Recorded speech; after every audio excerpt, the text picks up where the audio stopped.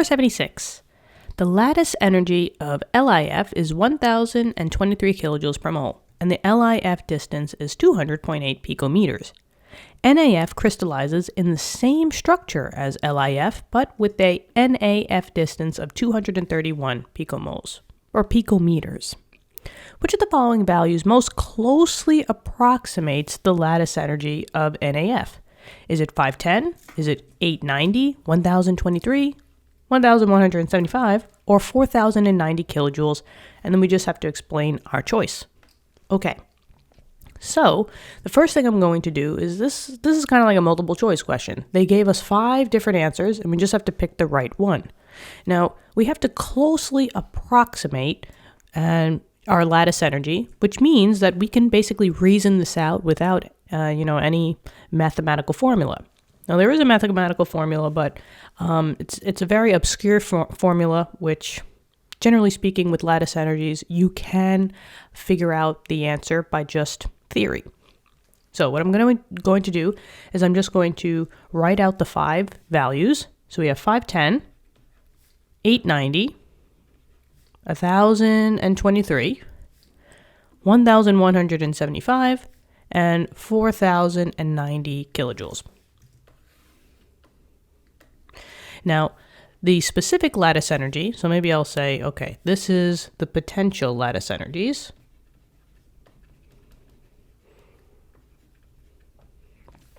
Okay, and they did tell us that the lattice energy for LiF is 1,023. So this number right smack in the middle, 1,023, this is the lattice energy for LiF.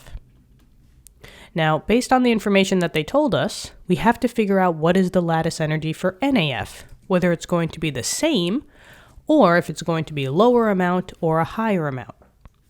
Now, by definition, a lattice energy is basically the energy that is needed to completely destroy a ionic compound and break that ionic bond.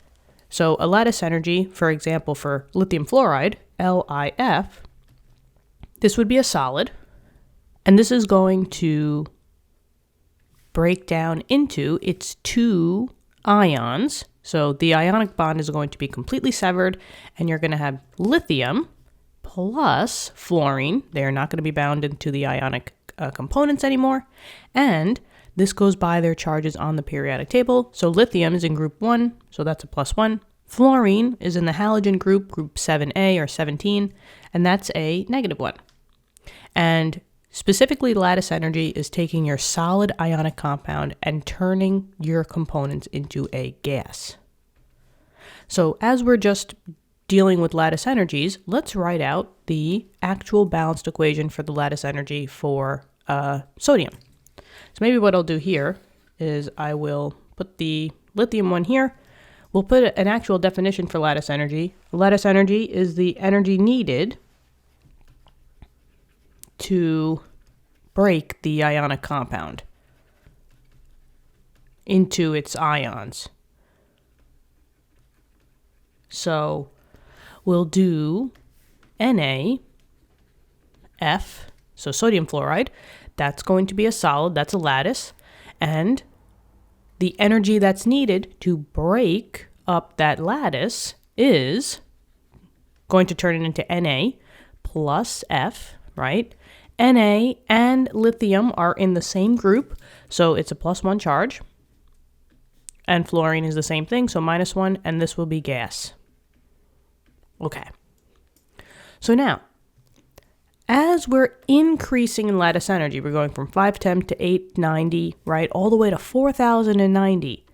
This means that the more energy that you have, maybe we'll say the more energy in general that it requires for something to do, in this case to break that ionic compound, the more energy, that means that it is extremely hard to do.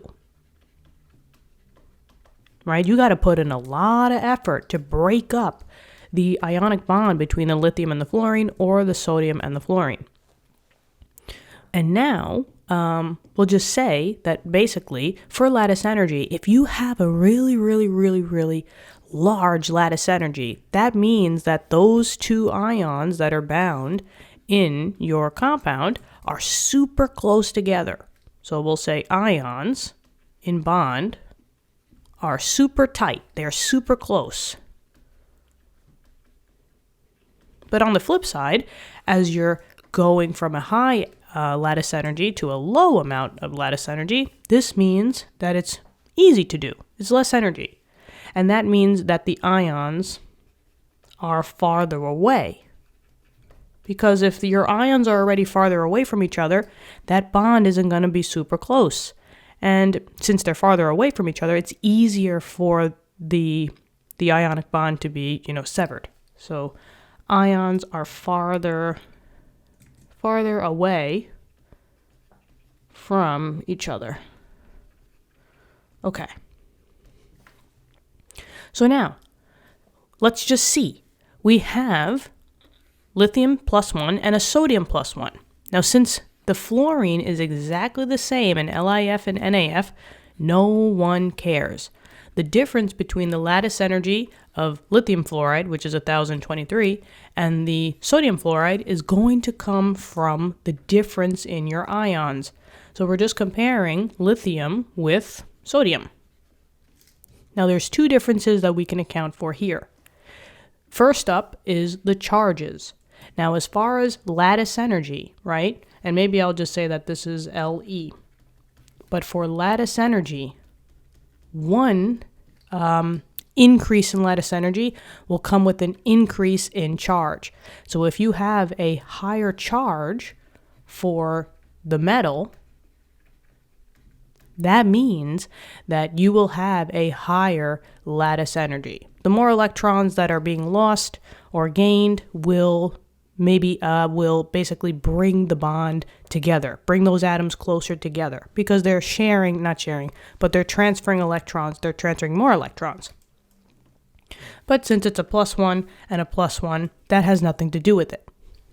The next thing is, if you want to maybe increase or decrease your lattice energy, the next thing that comes is your radius, or the size of the atom.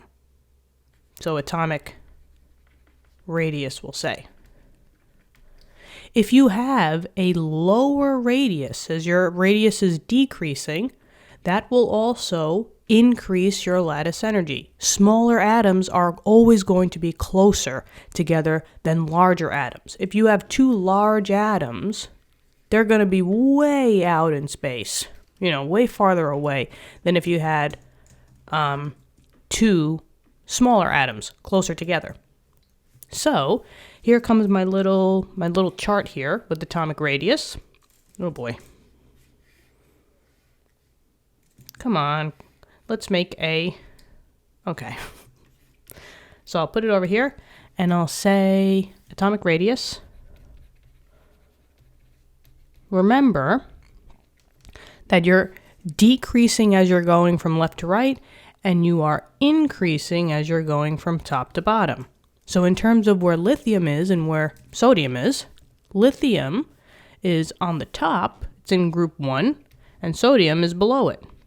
So as you're increasing as you're going down your group, you're increasing your atomic radius. So lithium would be smaller than sodium.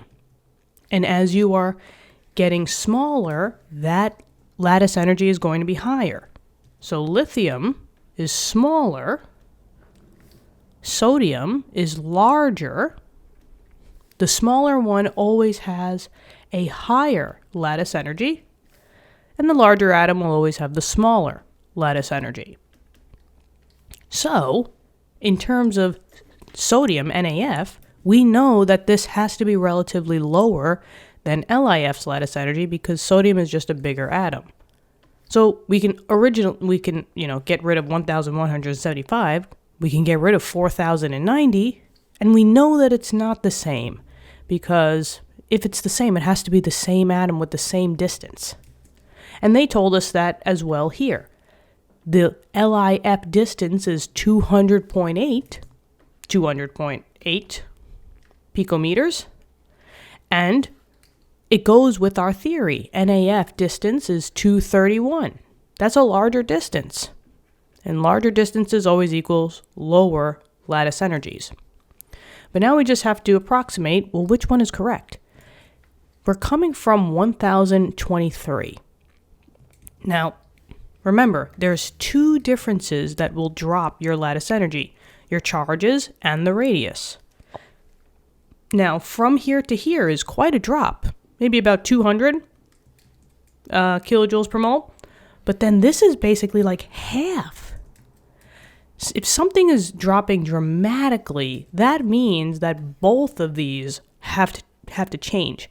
But since we only had just the radius changing, but your charges are the same, this is not going to account for such a low drop. This would be when you see a radius and a charge change.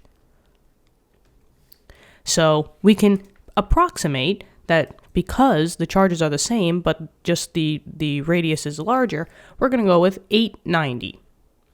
Because that's a significant change from 1023. And we are good to go. So the 890 kilojoules per mole would approximately be the lattice energy for sodium fluoride. And that's it. I hope this helped. Let me know in the comments. Thank you for coming here to watch these videos and to get help with your chemistry class. We also got physics and math videos on the channel, so you could go back, check the channel out. We'd love to help you guys. We want you guys to succeed, and hopefully in the future we'll have more